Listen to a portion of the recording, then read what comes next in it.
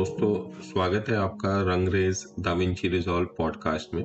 आज एपिसोड 3 में हम समझेंगे दा विंची रिजॉल्व को स्टार्ट करने के लिए मिनिमम कौन कौन से फोल्डरों की जरूरत पड़ती है। जैसे सामने एग्जांपल पे आप देख पा रहे हैं, बेसिकली मिनिमम 3 फोल्डर चाहिए होते हैं। जैसे पहला हमने नाम दिया है 01 रिजॉल्व, दूसरे का नाम दिया है 02 प्रॉक्सी और तीसरे का नाम दिया 03 केज। 01, 02, 03 देने का मकसद ये है कि हम इसे शॉर्ट करके अरेंज बाय नेम कर सकते हैं, तो रिजॉल्व वाले सारे फोल्डर एक तरफ आ जाएंगे। और इनके अलावा जैसे बाकी फोल्डर हैं, फुटेज, यहाँ पे मैं सारी फुटेज इकट्ठा कर सकता हूँ। ऑडियो एंड म्यूजिक, यहाँ पे सारी ऑडियो लाइब्रेरी होगी। एक्सपोर्ट, जो भी काम टाइमलाइन पे तैयार है उसको हम एक्सपोर्ट कर सकते हैं। जरूरी नहीं है कि इन 3 फोल्डरों को, footage, audio and music, export को एक साथ रखा जाए। आप जहां मर्जी रख सकते हैं, आपके कंप्यूटर में और भी जो ड्राइव्स हैं जहां मर्जी बना सकते हैं। बट ये 3 फोल्डर जो है रिजॉल्व, प्रॉक्सी और केज, इन तीनों को साथ साथ बनाना है। मतलब पहले 3 फोल्डर बनाने, केज, प्रॉक्सी, रिजॉल्व। केज दरअसल जब रिजॉल्व का प्रोजेक्ट स्टार्ट करेंगे तो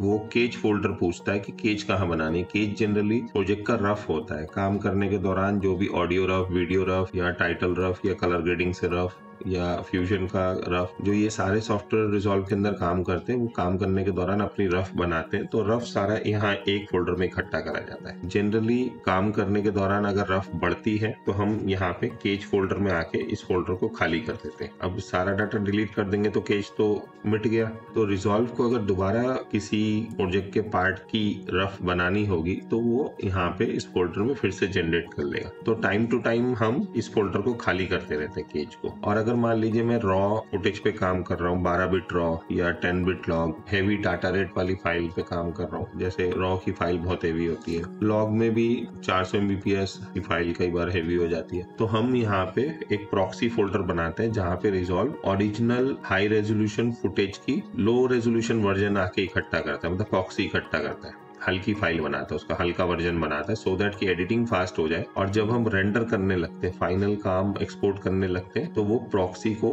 लिंक हटा देता है और जो ओरिजिनल डाटा फुटेज में से आ रहा होता है उसको इस्तेमाल करके रेंडर करता है। मतलब अगर ओरिजिनल फुटेज बहुत हैवी है तो उसका एक हल्का वर्जन प्रॉक्सी में बनाता है, हल्के वर्जन पे एडिट करता है जिससे कि एडिटिंग सॉफ्टवेयर फास्ट चले। और जब आपकी एडिटिंग खत्म हो जाती है तो प्रॉक्सी के डाटा को अनलिंक कर देता है, ओरिजिनल फुटेज को लिंक कर लेता है और फिर रेंडर शुरू करता है। तो उसी तरीके से हमने केज समझा, प्रॉक्सी समझा। और रिजॉल्व का जो फोल्डर है मेन, इसके अंदर हमें फिर 4 फोल्डर और बनाने होते हैं। जैसे सबसे पहला है database, autosave, my project, still and lots. Actually resolve करता क्या है कि रिजॉल्व के अंदर जो भी कीबोर्ड शॉर्टकट्स हम चेंज करते हैं या रिजॉल्व सॉफ्टवेयर की जो कॉन्फ़िगरेशन हम चेंज करते हैं या कोई प्रोजेक्ट फाइल बनाते हैं, वो सारा डाटा रिजॉल्व डाटाबेस फोल्डर में आता है। मतलब जैसे रिजॉल्व के अंदर एक और फोल्डर डाटाबेस, इसके अंदर आता है। तो अगर मैं इस रिजॉल्व फोल्डर का बैकअप रख लूं किसी पेन ड्राइव में या हार्ड ड्राइव में या यूएसबी हार्ड ड्राइव में या गूगल ड्राइव पे, तो ये रिजॉल्व वाला फोल्डर घर पे, ऑफिस पे या अलग अलग जगह पे जो रिजॉल्व इंस्टॉल है अलग अलग कंप्यूटर पे, उनमें जाके ये वाला फोल्डर लिंक करूंगा। तो जैसा मैंने रिजॉल्व अपने मेन कंप्यूटर पे बंद करा था, जो जो keyboard software, interface settings, project settings, तो सेम उन्हीं सेटिंग्स के साथ वो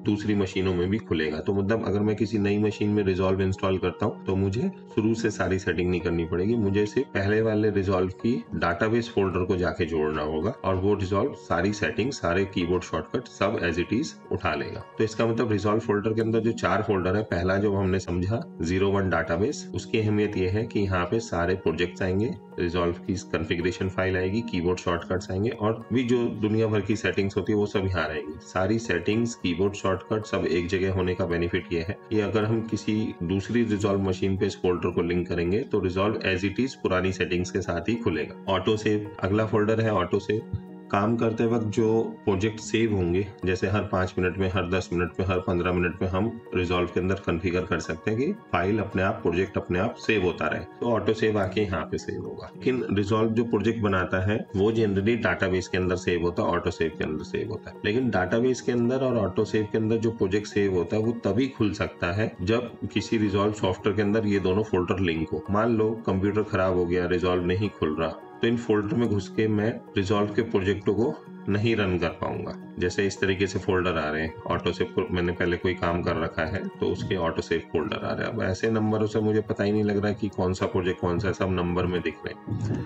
हम क्या करते हैं, काम करने के दौरान एक फोल्डर माई प्रोजेक्ट के अंदर उसकी कॉपी सेव करते रहते हैं। जैसे जो भी प्रोजेक्ट बनता है उसकी कॉपी DRP, जैसे रिजॉल्व की प्रोजेक्ट जो है DRP एक्सटेंशन से बनते हैं, तो इस प्रोजेक्ट के अंदर माई प्रोजेक्ट फोल्डर के अंदर मैंने DRP सेव कर रखी है। और सबसे लास्ट में है still and LUTs. Still and LUTs का मतलब जैसे जो भी कलर ग्रेडिंग करेंगे उसका डाटा हम यहाँ सेव कर सकते हैं। जैसे मान लो कल को मुझे किसी और मशीन पे काम खोलना है तो मैंने एक कॉपी अपने प्रोजेक्ट की माई प्रोजेक्ट में सेव कर रखी है, और जो भी कलर करेक्शन वगैरह टाइमलाइन में करी है उसको भी मैं एक्सपोर्ट करके स्टिल एंड लट्स में डाल सकता हूँ। तो ओवरऑल 7 फोल्डर हैं। पहले 3 फोल्डर हैं, रिजॉल्व, प्रॉक्सी, केच में तो रफ जाती है, प्रॉक्सी में लो रेजोल्यूशन वर्जन जाता है इन केस अगर हाई रेजोल्यूशन वर्जन बहुत हैवी है, कंप्यूटर की परफॉर्मेंस कम पड़ रही है, स्लो कंप्यूटर है और इतनी हैवी फाइलें नहीं ओपन कर पा रहा, स्लो चला रहा है, प्लेबैक नहीं मिल रहा, प्रीव्यू बहुत स्लो आ रहा है, रुक के आ रहा है, फ्रेम ड्रॉप आ रहा है, तो उस केस में हम प्रॉक्सी फोल्डर में प्रॉक्सी बनवा लेते हैं रिजॉल्व से। और रिजॉल्व का जो सबसे इंपॉर्टेंट फोल्डर होता है, रिजॉल्व के अंदर डाटाबेस होता है। इसके अंदर सारा रिजॉल्व अपना सेटिंग्स, प्रोजेक्ट, ये जो भी काम चल रहा होता है वो इस फोल्डर से चल रहा होता है। लेकिन इस फोल्डर में घुस के हम कुछ निकाल नहीं पाते जब तक कि रिजॉल्व सॉफ्टवेयर पूरे सही तरीके से काम ना कर रहा हो। उसी तरह ऑटो सेव है, जो प्रोजेक्ट पे काम चल रहा है उसकी एक कॉपी यहाँ रिजॉल्व ऑटोमेटिक सेव करता है, वो भी नहीं निकाल पाते जब तक रिजॉल्व सॉफ्टवेयर कहीं दूसरी मशीन पे ना जोड़ा जाए। तो प्रोजेक्ट और स्टिल एंड लट्स, ये 2 फोल्डर हम एक्स्ट्रा इसलिए बनाते हैं कि यहाँ पे हम अपनी कॉपी नॉर्मल DRP रूप में रखते हैं, जिसे कहीं भी इजीली किसी को ईमेल किया जा सकता है, पेन ड्राइव पे भेजा जा सकता है, प्रोजेक्ट खुल जाएगा। मतलब जैसे ये प्रोजेक्ट खुलेगा वो फाइलें मांगेगा जो टाइमलाइन पे इस्तेमाल हुई है, वो फुटेज में से आ जाएंगी यहाँ पे। अगला जो स्टिल एंड लट्स फोल्डर है, इसके अंदर हम कलर ग्रेडिंग में किए गए काम को एक्सपोर्ट कर सकते हैं। कलर, किसी भी क्लिप में अगर कोई कलर ग्रेडिंग करी है और मान लो वही same look, same colour grading मुझे किसी और क्लिप पे चाहिए, तो मैं यहाँ पे अपनी कलर ग्रेडिंग की फाइल को एक्सपोर्ट कर सकता हूँ। मतलब फुटेज नहीं, उस पर किए गए कलर ग्रेडिंग की सेटिंग्स को, तो वो सेटिंग किसी दूसरी क्लिप पे या प्रोजेक्ट में कॉपी पेस्ट किया जा सकता है। तो इस तरीके से मैं अपने प्रोजेक्ट की कॉपी बाहर निकाल लेता हूँ, कलर ग्रेडिंग के सेटिंग्स को बाहर निकाल लेता हूँ। तो ये सारी चीज़ें आपस में काम कैसे कर रही है, अभी रिजॉल्व सॉफ्टवेयर चालू करेंगे तो उसमें जोड़ के मैं आपको दिखाता हूँ। रिजॉल्व सॉफ्टवेयर चालू करने से पहले रिजॉल्व लोड करना पड़ेगा। और रिजॉल्व मिलेगा कहाँ से? रिजॉल्व मिलेगा रिजॉल्व की वेबसाइट से। जैसे आप यहाँ पे देखेंगे ब्लैकमैजिक दाविंची रिजॉल्व फ्यूजन सॉफ्टवेयर का आइकन है, तो यहाँ पे आप देखेंगे 2 वर्जन है, एक वर्जन फ्री है और एक वर्जन पेड वर्जन है। फ्री वर्जन का नाम केवल दाविंची रिजॉल्व है और पेड वर्जन का नाम दाविंची रिजॉल्व स्टूडियो है। जो इसकी कॉस्ट है वो 28,980 है प्लस GST। यहाँ पे जो फ्री वर्जन है और पेड वर्जन है, इसमें अंतर क्या है? तो फ्री और पेड वर्जन में बहुत सारे अंतर है, केवल 4 मेन फंक्शंस हैं, फीचर्स हैं जिनका मेजर अंतर है, जिसकी वजह से पैसे खर्च हो रहे हैं पेड वर्जन में। मतलब फ्री वर्जन में आप सब कुछ कर सकते हो बशर्ते इन 4 मेन फीचर्स के। अब वो 4 मेन फीचर्स क्या हैं? दाविंची रिजॉल्व एक ग्राफिक कार्ड बेस सॉफ्टवेयर है, मतलब प्रोसेसर के पावर से ज्यादा वो ग्राफिक कार्ड की पावर यूज करता है।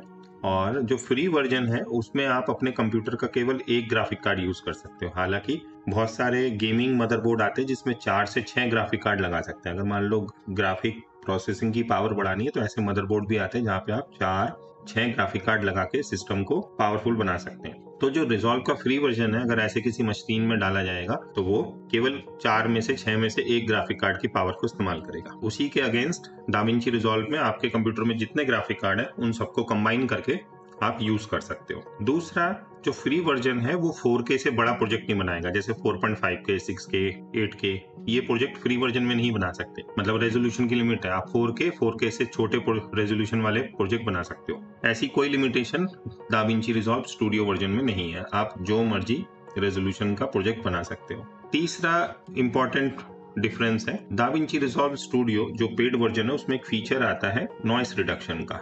तो ये नॉइस रिडक्शन का फिल्टर जो है ये बहुत पॉपुलर है, और इस नॉइस रिडक्शन फिल्टर जैसा दुनिया का कोई एडिटिंग सॉफ्टवेयर का फिल्टर काम नहीं करता। मतलब ये वीडियो में से नॉइस को ऐसे गायब करता है जैसे जादू। तो वो पेड सॉफ्टवेयर में है। जैसे मैंने बताया था कि दुनिया में 3 तरह के कैमरे होते हैं, 8 बिट, 10 बिट, 12 बिट। जो फ्री वर्जन है वो केवल 8 बिट वीडियो को सपोर्ट करता है। अगर आप 10 बिट वीडियो इसमें ओपन करेंगे तो प्रीव्यू नहीं आएगा या उसकी ऑडियो नहीं आएगी। तो ये केवल फ्री वर्जन जो है 8 बिट वीडियो को सपोर्ट करता है। तो ये 4 मेजर डिफरेंस थे। एक तो कितने ग्राफिक कार्ड इस्तेमाल करेगा, नॉइस का फिल्टर जो कि स्टूडियो वर्जन पेड वर्जन के पास है, 4K से बड़े प्रोजेक्ट बनाना, 4K से बड़े प्रोजेक्ट केवल स्टूडियो में बनते हैं, 4K तक और 4K से नीचे फ्री वर्जन में बनते हैं, और 10 बिट और 12 बिट वीडियो का सपोर्ट, रॉ वीडियो का सपोर्ट वो केवल स्टूडियो में है, फ्री वर्जन केवल 8 बिट सपोर्ट करता है। थोड़ी बहुत हिस्ट्री के बारे में जान लेते हैं रिजॉल्व के। रिजॉल्व एक्चुअली 1984 में बनाया गया था और इस कंपनी का नाम था दाविंची सिस्टम्स, और 1984 का मतलब हो गया आज से कोई 39 मतलब 38 साल पहले। तो ये इतना पुराना सॉफ्टवेयर है, लेकिन आज जैसा आप रिजॉल्व का रूप देखते हो ऐसा रिजॉल्व पहले नहीं था। रिजॉल्व केवल पहले एक हार्डवेयर ओनली सोल्यूशन था। मतलब दाविंची सिस्टम 1984 में जब रिजॉल्व को लेके आई थी तब उसका नाम था रिजॉल्व क्लासिक, और रिजॉल्व क्लासिक में केवल एक हार्डवेयर होता था और उसमें कई सारे रोलर नॉब्स होते थे, बॉल होते थे, बटन्स होते थे, और इसी के अंदर थोड़ा बहुत कंप्यूटिंग पावर होती थी, और इसी में इनपुट लगा के, मतलब जैसे पुराने जमाने में मैनुअल मिक्सर नहीं होते थे, स्विचर जैसे होते हैं, जैसे आजकल एटीएम आता है, तो उसमें इनपुट लगा दो, इफेक्ट के बटन दबाओ और ऑटो या कट मारो तो वीडियो स्विच कर जाती है। तो सेम उसी तरह के फॉर्मेट में ये एक बॉक्स होता था, इसके अंदर इनपुट्स होते थे और मॉनिटर जोड़ सकते थे और आउटपुट मॉनिटर जोड़ सकते थे, और इसमें कलर ग्रेडिंग के टूल्स होते थे, और ये वर्ल्ड का पहला सॉल्यूशन था जिसने सेकेंडरी कलर ग्रेडिंग शुरू करी। मतलब जनरली इससे पहले के जो सॉल्यूशन होते थे वो डिस्प्ले बेस्ड या सीन बेस्ड कलर करेक्शन करते थे, मतलब ब्राइटनेस, वाइट बैलेंस और सैचुरेशन पूरी वीडियो के फ्रेम पे लगते थे। मतलब वीडियो के फ्रेम का कोई एक पर्टिकुलर हिस्से को सिलेक्ट करके, मास्क करके, लैसो करके, ट्रैकिंग करके नहीं कर सकते थे। तो ये जो वीडियो के एक पर्टिकुलर हिस्से को सिलेक्ट करना और फिर उस हिस्से को सिलेक्ट करने के बाद उस पे कलर ग्रेडिंग करना, ये चीज रिजॉल्व क्लासिक ने 1984 में शुरू करी थी। तो ये इतना पुराना सॉफ्टवेयर। और सबसे पहले आया रिजॉल्व क्लासिक, फिर आया रिजॉल्व 2K, जब 2K रेजोल्यूशन वाली फिल्में आने लगी तब। उसके बाद आया दाविंची रिजॉल्व जो मेन कंसोल है। तो ये वाला मेन कंसोल एडवांस पैनल है, ये आप देख रहे हो 25,98,000 प्लस GST। तो ये कितने का बैठेगा? तो एक्चुअली शुरू में रिजॉल्व केवल हार्डवेयर ओनली सॉल्यूशन था। मतलब आज जैसे आप फ्री में रिजॉल्व डाउनलोड कर सकते तो ऐसा पहले नहीं था। तो पहले केवल ये एक हार्डवेयर ओनली सॉल्यूशन था और बहुत महंगा हार्डवेयर आता था। जैसे अभी आप सामने देख पा रहे हैं, सिनेमा लेवल की कलर ग्रेडिंग करनी होती थी तो इतना पैसा इन्वेस्ट करना पड़ता था। सिर्फ इतना हार्डवेयर ही नहीं, फिर इसकी लाइसेंसिंग होती थी। जैसे मान लो कोई पर्टिकुलर फीचर इस हार्डवेयर में जोड़ना है तो उसके अलग पैसे देने हैं, कोई और सॉफ्टवेयर जोड़ना है उसके अलग पैसे देने। एक टाइम ऐसा था कि अगर इसी एडवांस पैनल या दाविंची रिजॉल्व को सबसे फुल वर्जन चलाना है, मतलब सारे फीचर फंक्शन होने चाहिए, तो ये कई बार $1 तक पहुंच जाता था। ये इतना महंगा था। और एक समय ऐसा था, इसकी इतनी ज्यादा कॉस्ट होने की वजह से हॉलीवुड के कुछ खास स्टूडियो ही इसको अफोर्ड कर पाते थे और वहीं पे ये सिस्टम दिखता था। 2010 तक, मैं बताऊंगा 2010 में क्या हुआ। 2010 तक पूरी दुनिया में 100 से भी कम, मतलब 100 से भी कम रिजॉल्व की यूनिट्स ऐसी लगी हुई थी। मतलब बहुत कम लोगों के पास था। तो ये सॉफ्टवेयर 1984 में शुरू हुआ था। शुरू में हार्डवेयर ओनली था। हार्डवेयर में भी 3 हार्डवेयर आए। सबसे पहले क्लासिक आया, फिर 2K आया, फिर ये एडवांस पैनल आया। इसको अपग्रेड करने में, फीचर फंक्शन ऐड करने में $1 तक पहुंच जाता था। फिर 2009 में ब्लैक मैजिक कंपनी ने दाविंची सिस्टम्स को खरीद लिया। मतलब जो दाविंची सिस्टम जो रिजॉल्व एक्चुअली बनाती थी, जो पेरेंट कंपनी थी, उसको खरीद लिया और 2009 में इन्होंने इसको और बेहतर करना शुरू करा। ब्लैक मैजिक डिजाइन ने इसको बेचना शुरू करा। तो शुरू में, आज जैसे आप इस पेज पे देख रहे हो, इतने सारे प्रोडक्ट आते हैं रिजॉल्व से जुड़े हुए। शुरू में केवल सिर्फ और सिर्फ एक अकेली ये वाली हार्डवेयर यूनिट आती थी और ये बहुत कॉस्टली होती थी। 2010 में नैप शो था, नेशनल एसोसिएशन ऑफ ब्रॉडकास्टर, वहां ब्लैक मैजिक ने अनाउंस किया कि हम हार्डवेयर यूनिट तो अलग बेचेंगे और रिजॉल्व का जो सॉफ्टवेयर है उसको अलग बेचेंगे। इस तरीके से 2009 में ब्लैक मैजिक ने दाविंची सिस्टम को खरीदा और 2010 में अनाउंस करा कि हार्डवेयर अब अलग दिखेगा और सॉफ्टवेयर अलग दिखेगा।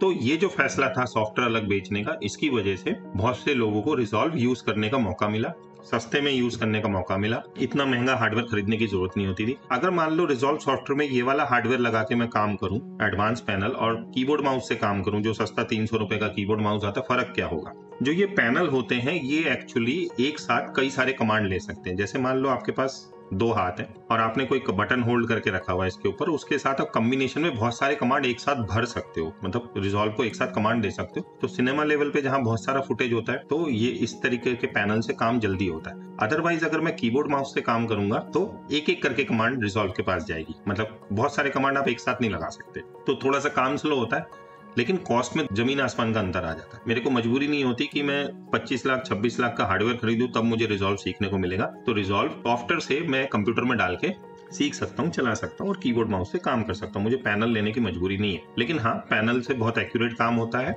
पैनल से बहुत फास्ट काम होता है, पैनल में मल्टीपल कमांड एक साथ दे सकते हैं और इसकी खुद की थोड़ी बहुत प्रोसेसिंग पावर भी होती है। तो ये एडवांटेज होता है हार्डवेयर खर्च करने के। जहाँ सिनेमा प्रोडक्शन के अंदर बहुत सारा डाटा होता है या बहुत सारे बड़े मुंबई में प्रोडक्शन हाउस होते हैं, उनके पास रेगुलर फिल्में कलर ग्रेडिंग के लिए आती रहती है, उनका तो सांस लेने की भी फुर्सत नहीं होती, बैक टू बैक काम होता है, तो वो लोग इस तरह के हार्डवेयर पैनल पे काम करते हैं जहां ये काम जल्दी हो सके। अब 2010 में जब नैप में अनाउंस हुआ कि सॉफ्टवेयर अलग बिकेगा और हार्डवेयर अलग बिकेगा, तो लोगों को मौका मिला सॉफ्टवेयर को यूज करने का। उसके बाद 2011 में, मतलब 2010 में अनाउंस हुआ, 2011 में ये सॉफ्टवेयर मार्केट में आना शुरू हुआ, लेकिन 2011 में जब रिजॉल्व का सॉफ्टवेयर ओनली प्रोडक्ट आने लगा तो वो एप्पल ओएस मैक के लिए था, मैक ओएस के लिए था, विंडोज के लिए नहीं था। और उसके बाद में विंडोज वाला वर्जन आया और धीरे धीरे रिजॉल्व को ज्यादा लोगों तक पहुंचाने के लिए ऐसे कई सारे छोटे छोटे हार्डवेयर प्रोडक्ट भी आने लगे। जैसे 35,000 में आपको स्पीड एडिटर मिल रहा है, ये कट पेज में इस्तेमाल होता है। जैसे फुल शॉर्टकट कीबोर्ड मिलता है, ये रिजॉल्व का कीबोर्ड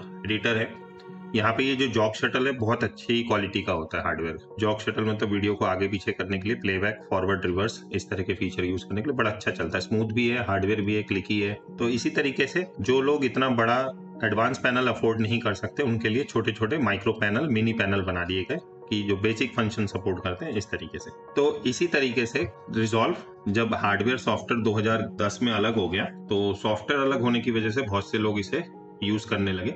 तो शुरू में जब रिजॉल्व आया एप्पल ओएस के लिए, मैक ओएस के लिए, तो ये लगभग 85,000 का होता था। 85,000 पे करने के बाद ही, मतलब शुरू में फ्री वर्जन भी नहीं था। तो उसके बाद फिर इन्होंने रिजॉल्व को और पॉपुलर करने के लिए इसका एक फ्री वर्जन निकाला और जो पेड वर्जन था उसकी कीमत घटा दी। मतलब एक शुरू में क्या था, हार्डवेयर ओनली सोल्यूशन था, फिर 2010 में हार्डवेयर सॉफ्टवेयर अलग हो गए, 2011 में वर्जन मार्केट में आ गया, एप्पल का वर्जन था और 85,000 का था। उसके बाद फ्री वर्जन आया और 85,000 वाले वर्जन की कीमत घटा के इन्होंने लगभग 30,000 के आसपास कर दी। तब से फ्री वर्जन मार्केट में अवेलेबल है और हर साल ये इसको अपडेट करते हैं। कोई दूसरी एडिटिंग या कलर ग्रेडिंग सॉफ्टवेयर की कंपनी इतने ज्यादा फीचर नहीं जोड़ती हर साल जितने ज्यादा ब्लैक मैजिक वाले जोड़ते हैं, रिजॉल्व को डेवलप कर रहे, मेंटेन कर रहे। और जो फ्री वर्जन है इसमें शुरू में केवल ये कलर ग्रेडिंग का पार्ट था। रिजॉल्व शुरू में केवल कलर ग्रेडिंग ओनली सॉफ्टवेयर होता था, इसमें एडिटिंग के फीचर्स नहीं होते थे, इसमें ऑडियो एडिटिंग के फीचर्स नहीं होते थे, इसमें फ्यूजन के जो स्पेशल इफेक्ट्स होते हैं, वीएफएक्स होते हैं, वो नहीं होते थे। तो ये सब कहाँ से आए? जैसे ब्लैक मैजिक ने 2009 में दाविंची सिस्टम को खरीदा, उसी तरीके से 2014 में इन्होंने आईओन कंपनी का फ्यूजन सॉफ्टवेयर खरीद लिया। जैसे न्यूक होता है वीएफएक्स के लिए, तो उसी तर्ज पे ये सॉफ्टवेयर होता है, आफ्टर इफेक्ट जैसा, लेकिन आफ्टर इफेक्ट से बहुत बेहतर। ये नोट बेस्ड सोल्यूशन होता है और फ्यूजन सॉफ्टवेयर को खरीदा, वो इसमें जोड़ा 2014 में। कलर ग्रेडिंग के साथ अब इसमें वीएफएक्स का काम भी होने लगा, ग्रीन स्क्रीन का काम होने लगा। 2016 में इन्होंने ऑडियो एडिटिंग का सॉफ्टवेयर जैसे फेयरलाइट, उसको खरीदा, वो भी इसमें फ्री में बंडल कर दिया। मतलब जैसे जैसे ये लोग कंपनी एक्वायर करते गए वैसे वैसे उन कंपनियों के सॉफ्टवेयर रिजॉल्व के साथ जोड़ते गए। ये चाहते थे कि ऑल इन वन सॉफ्टवेयर बने, कि एक ही सॉफ्टवेयर में मेरी कलर ग्रेडिंग भी हो रही है, एडिटिंग भी हो रही है, वीएफएक्स भी हो रहा है, ऑडियो एडिटिंग भी हो रही है, रेंडर भी हो रहा है। मतलब एडिटिंग या पोस्ट प्रोडक्शन के काम के लिए अलग अलग सॉफ्टवेयर यूज ना करना पड़े, एक ही सॉफ्टवेयर में एक साथ सारे काम हो जाए। प्लस ये इतने महंगे महंगे सॉफ्टवेयर खरीदते थे, एक्वायर करते थे कंपनियों के सॉफ्टवेयर को, फ्री करके रिजॉल्व के साथ जोड़ते जाते थे। तो आज की तारीख में रिजॉल्व में 2 एडिटिंग के सॉफ्टवेयर हैं, एक कलर ग्रेडिंग है, एक वीएफएक्स का फ्यूजन है, ऑडियो के लिए फेयरलाइट और रेंडरिंग है। तो कुल मिला के 6-in-1 सॉफ्टवेयर है। तो अगर आपको फ्री वर्जन यूज करना है तो 4 चीजें, जैसे अगर आपको 4K से बड़े प्रोजेक्ट नहीं बनाने, 10 बिट यूज नहीं करना, मल्टीपल ग्राफिक कार्ड यूज नहीं करना, नॉइस रिडक्शन का फिल्टर यूज नहीं करना, तो आप फ्री वर्जन यूज कर सकते हो। अदरवाइज ये सब चीजें चाहिए तो आप पेड वर्जन में आ सकते हो। प्लस पेड वर्जन में सिर्फ 4 का फर्क नहीं, कुछ स्पेशल इफेक्ट्स हैं, जैसे मैजिक मास्क हो गया या बहुत सारे ऐसे स्पेशल इफेक्ट्स हैं जो रिजॉल्व में ही है, तो वो पेड वर्जन में। तो अगर आप पेड वर्जन चाहते हो, बजाय 30,000 रुपए पेड वर्जन को देने के, एक आप हार्डवेयर खरीद लो, क्योंकि जितने भी रिजॉल्व के साथ चलने वाले हार्डवेयर होते हैं उनके साथ रिजॉल्व का studio version full version free आता है। जैसे आप यहाँ पे देख रहे हो दाविंची रिजॉल्व स्टूडियो इंक्लूड्स। तो कोई भी हार्डवेयर खरीद लो और उसके साथ आपको रिजॉल्व फ्री मिल जाएगा, मतलब फुल वर्जन फ्री मिल जाएगा। तो सिर्फ सॉफ्टवेयर में 30,000 लगाने से अच्छा एक हार्डवेयर खरीद लो और हार्डवेयर के साथ आपको फुल वर्जन रिजॉल्व फ्री मिलता है। और रिजॉल्व की तारीफ में एक चीज और, जैसे आप 2014 से गूगल ट्रेंड देख रहे हो, यहाँ पे मैंने एक चार्ट बनाया है गूगल ट्रेंड्स का कि लोग क्या सर्च कर रहे हैं, क्या ढूंढ रहे हैं पूरी दुनिया में। जैसे यहाँ पे लिखा है world wide present arts and entertainment में वेब सर्च, गूगल पे जिन लोगों ने सर्च मारा है, तो आप ये देखिए रिजॉल्व कितना ज्यादा ढूंढा गया है, रिजॉल्व के ट्यूटोरियल्स कितने ज्यादा ढूंढे गए हैं। और प्रीमियर जो ज्यादातर पुराना सॉफ्टवेयर है, मतलब कहा जाता है कि एडिटिंग सॉफ्टवेयरों की माँ है, लेकिन इससे भी पुराना एक सॉफ्टवेयर है एविड मीडिया कंपोजर। दुनिया का सबसे पहला एडिटिंग सॉफ्टवेयर है Avid media composer. PC based मतलब कंप्यूटर बेस्ड जो सॉफ्टवेयर आते थे, वो एडिटिंग का जो सबसे पहला सॉफ्टवेयर है वो है एविड मीडिया कंपोजर। दूसरे नंबर पे है प्रीमियर, तीसरे नंबर पे है एफसीपी जो सॉफ्टवेयर दुनिया में आए। जैसे इस तरीके से पहले एविड आया, मीडिया कंपोजर, फिर प्रीमियर आया, फिर एफसीपी आया, एप्पल का एफसीपी। उसके बाद तो आजकल इतने ज्यादा एडिटिंग सॉफ्टवेयर, लेकिन अभी हम जो कंपेयर कर रहे हैं यहाँ पे Adobe Premiere Pro, DaVinci Resolve. Blue line जो है वो एडोब प्रीमियर प्रो की है और रेड लाइन जो है वो रिजॉल्व की है। तो आप यहाँ से देख सकते हैं कि रिजॉल्व 2019 के बाद से कितना पॉपुलर हुआ है। इसमें इतने फीचर्स जोड़े जा रहे हैं, इतने बेहतरीन फीचर्स जोड़े जा रहे हैं जो और किसी एडिटिंग सॉफ्टवेयर में नहीं है। तो जैसे जैसे हम रिजॉल्व अब आगे करेंगे आपको ये फीचर्स मैं दिखाऊंगा। मेरे पास पेड वर्जन है, फुल वर्जन है, तो हम जो आगे के पॉडकास्ट की वीडियोस हैं वो फुल वर्जन पे ही करेंगे और मैं बताता रहूंगा कि ये फीचर फ्री वाले वर्जन में नहीं है या इस तरीके से, तो आपको पता लगता रहेगा। इस वीडियो में पूरी कोशिश थी कि रिजॉल्व की सेटिंग्स बदलें, इंटरफेस में काम करें, बट वीडियो लंबी होने की वजह से इस वाली वीडियो में नहीं कर पाए। अगली वीडियो में हम ज़रूर रिजॉल्व इंटरफेस में काम करेंगे। और आप सभी से निवेदन है कि इस चैनल को सब्सक्राइब करें, इन पॉडकास्ट वीडियो को शेयर करें। आप सभी का बहुत बहुत धन्यवाद इस पॉडकास्ट को देखने के लिए। मिलते हैं अगले वीडियो में। धन्यवाद।